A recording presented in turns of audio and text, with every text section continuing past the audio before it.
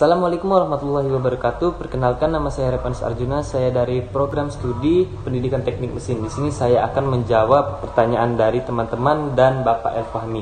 Pertanyaan yang pertama itu, mengapa pahat pada baja dan karbon sudah jarang digunakan pada permesinan? Lebih tepatnya pada pahat dan baja karbon yang dengan kandungan karbon 1,05%. Dikarenakan pada pahat baja karbon ini memiliki sifat benda yang tidak akan tahan akan panas. Karena pada suhu 300 sampai dengan 500 derajat Fahrenheit, baja karbon ini akan lunak. Yang kedua itu pertanyaan kedua itu adalah, pada saat ini pahat jenis apa yang umum digunakan pada permesinan?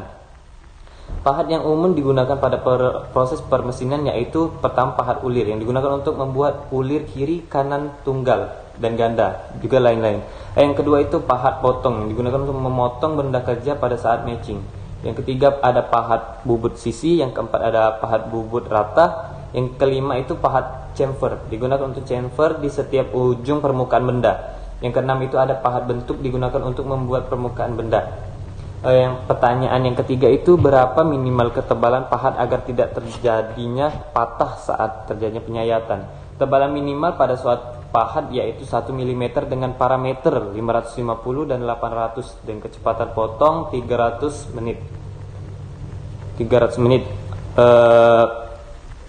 meter per menit dan bending 0,25 mm.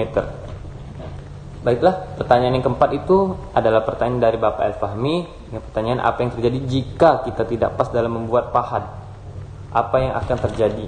Tentu pasti bentuk yang telah kita tentukan dengan pahat yang tidak pas akan tidak sesuai dengan apa yang ingin dibuat dan mengakibatkan bentuk yang tidak sesuai dengan apa yang telah diterapkan sebelumnya, karena sudut pahat yang tidak pas mengakibatkan bentuk yang berbeda pula, sehingga bentuk yang diharapkan akan sangat berbeda.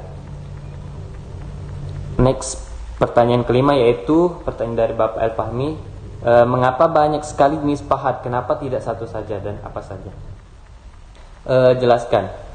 Jenis pahat banyak karena pahat didesain dan dibentuk sesuai dengan jenis pahat kerja tersebut yang akan digunakan dalam setiap penyayatan, karena jenis dan sifat benda kerja yang berbeda sehingga pahat tidak akan dalam satu jenis saja.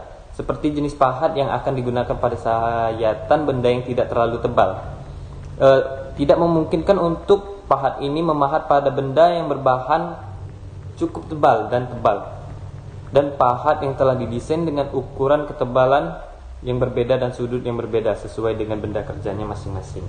Sekian presentasi dari saya.